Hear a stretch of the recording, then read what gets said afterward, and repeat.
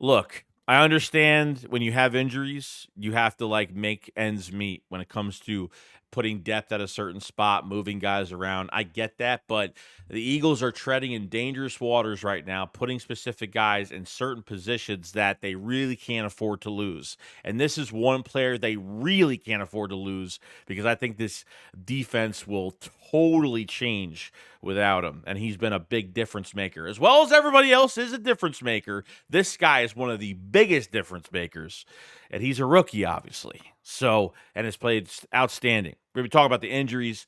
Obviously, the superstar has come back at Devonta Smith and a lot more. So let's get straight into it all. A killer buried, but not dead. Darren, we better turn around. Because I've seen enough horror movies to know any weirdo wearing a mask is never friendly. Yo, what is going on, guys? I hope everyone's having a fantastic day today. So we have some news to talk about. Now, good news, bad news, or kind of cautious news going forward with the Philadelphia Eagles. I felt like we haven't played a game in like 2 weeks. I don't know if the week was going slow. I don't know what was going on. I felt like we haven't like watched football in a while, Eagles football in a while, which is kind of crazy.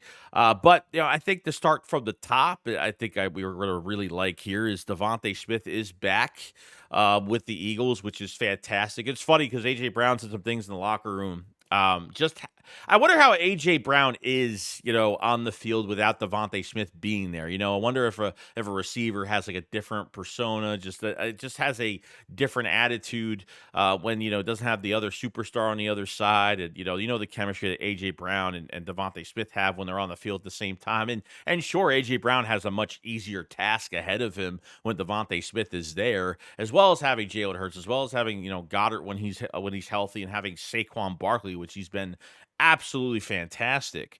Now Devonta Smith is back, which is great, and and I think you could kind of substitute not having Goddard and having Devonta Smith back is good. You know what I mean? So it's not like you don't have Devonta Smith, and even though they've been winning without him, they have. It's like Devonta Smith is just one bit of a luxury that they have, just him coming back.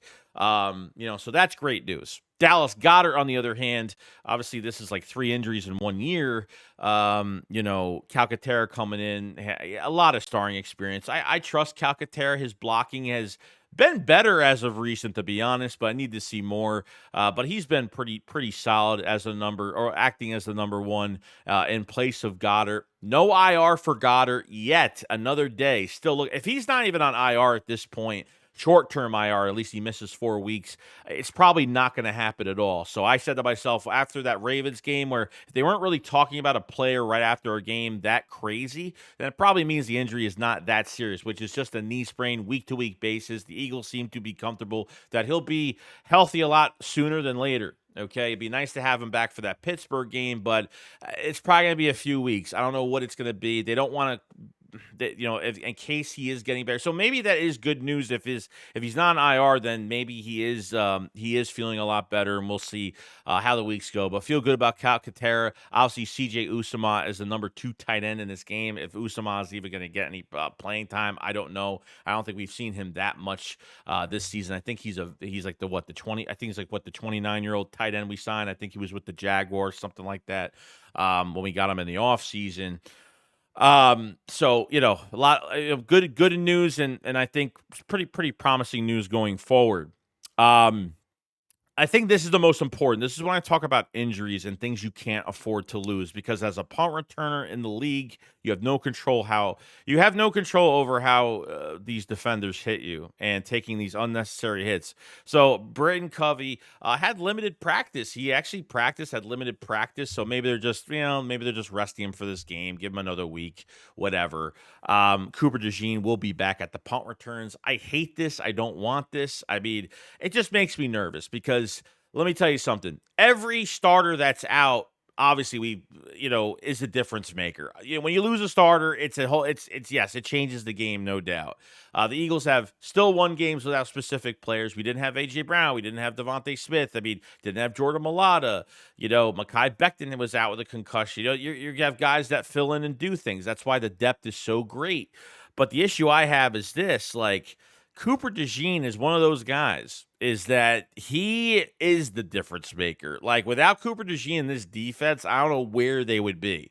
Honestly, that inside corner spot. And unfortunately, they never cross-trained anybody to this inside corner spot at all. No Eli Ricks, no Isaiah Rodgers, no Keely Ringo. They never cross-trained anybody. Quinyon Mitchell was the only player that played inside most of camp. And thank God Isaiah Rodgers actually messed up his hand before the first game, because Quinyon Mitchell would probably not even play outside corner as the number 2 right now if it wasn't for Isaiah Rodgers with that injury. I'm not even kidding. That's probably what would have happened the rest of the year. So thank God for that. Don't wish injury upon nobody, but we know what Quinyon looks like on the outside now, and thank God that decision was made.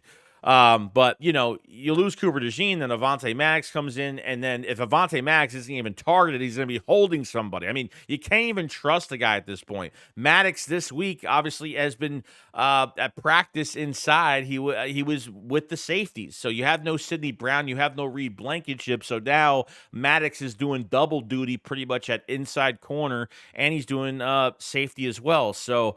Maddox has done it before. I mean, let me tell you, if it comes to open field tackling, that is probably the least player on this defense that I trust to do that. He has whiffed on tackles. I don't know what's going on with him. I don't know if he's just not there. I mean, he blew coverage on Mark Andrews, the tight end, last week. I mean, seriously, man, just took a sack away from Josh Sweat on that play against Baltimore. I mean, he's been a complete liability. Like, he cannot even be trusted. So you don't want to end up in a situation like that, and then Cooper DeJean comes in at that punt return spot. And who else do you trust on punt return? They've had, I know in the past, I know in the offseason program, they had a lot of Will Shipley, they had John Ross, they had Anais Smith. I mean, somebody, man. Like, I probably don't trust Anais Smith because the guy hasn't played that much, but there has got to be somebody else for these punt returns. I don't know why Michael Clay, and then look, I get it. Like, Cooper DeJean did this in college, but this is different now. Like, you lose this guy, like, your defense is taking a lot of damage because you have nothing behind it. Yeah, sure, Slay could take off a game and Isaiah Rodgers can come in. I thought Fred Johnson did, good and bad, but I thought he was pretty solid when he came in for Jordan Mailata. Tyler Steen did good when, Mekhi Becton was out for that short amount of time with the concussion. I mean, I thought those players did pretty good, but this one is the worst.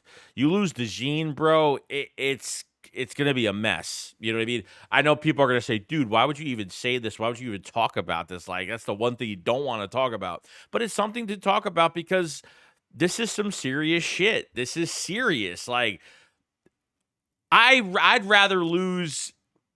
I'd rather lose. I'm not even going to say a name. I don't want to piss people off, but I'd rather lose like more top player on this defense, on the defensive line, than lose Cooper DeJean. Because at least, if there's no pass rush, these guys can at least try to cover. I mean, guys can cover for a little bit of time. I don't know, but you know what I mean? Like, Cooper DeJean is such a difference maker. That's why I feel like his future is so much brighter, because I feel like he could be a Swiss Army knife and do so much more for this defense. It's absolutely insane. It's ridiculous. So that's where I'm at with the whole situation. I know Fangio hates this, and I don't know why Michael Clay is getting the better of it. I don't know who makes these final decisions when it comes to DeJean playing, at punt return, but I've hated it all year. I understand he did it in college, but, like, this is the pros now. This is where, like, you're trying to make a run and you do not want to lose a valuable piece off of, like, an unnecessary hit, a defenseless hit, some stupid little low tackle. That's all it takes. It's all it takes. So that's where we're at with this situation. Darius Slay is back at corner. So I think he's full go for Sunday, which is great because you have depth at other positions, which is awesome. But, man, like, I don't know why. I mean, there's no way Cooper DeJean is. I mean, he's got a ton of talent, but there's nobody else that could do this. I don't know.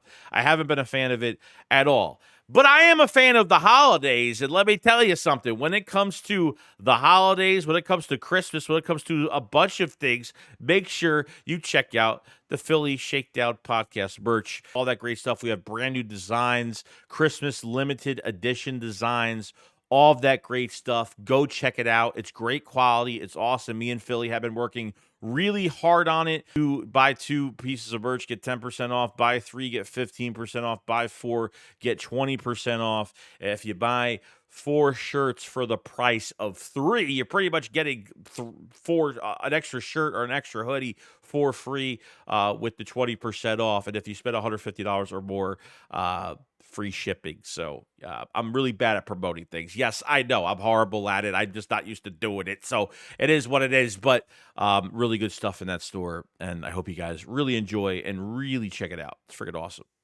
Now I want to go to. Oh, I think another thing we got to talk about is Jadeveon Clowney. Okay, Jadeveon Clowney, don't do something stupid, because every time we run into this guy, we always have a problem. We always have an issue.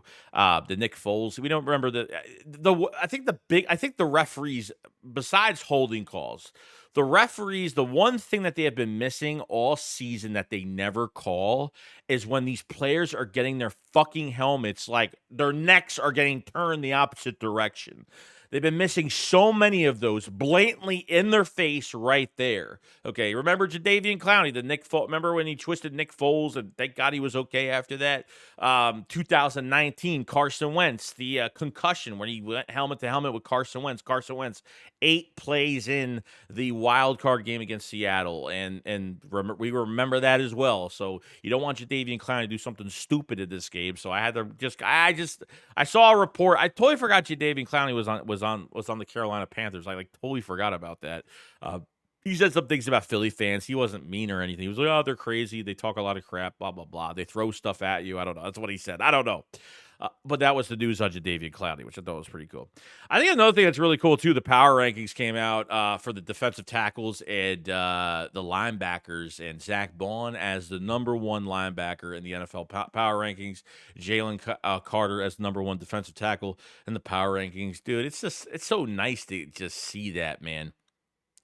It's crazy, dude. Jalen Carter, he's not getting big sack numbers, and he's getting 7. He's getting 7 to 8 pressures, 7 to 9 hurries per game. I mean, it's absolutely insane. Just imagine what you would have if you actually had an edge rusher that was just a high caliber, like a TJ Watt or an Aiden Hutchinson, that type of guy on the edge next to him. I mean, things would be looking even more different than what it is. And Jalen Carter's still playing good. Hopefully they can catch some of these holds that are happening towards his side. So we'll see what happens with that situation. Zach Bond, we know. I mean, where's the contract? I got the pen right here. I got the paper over there. Sign the damn contract. It should have been signed yesterday, and it hasn't.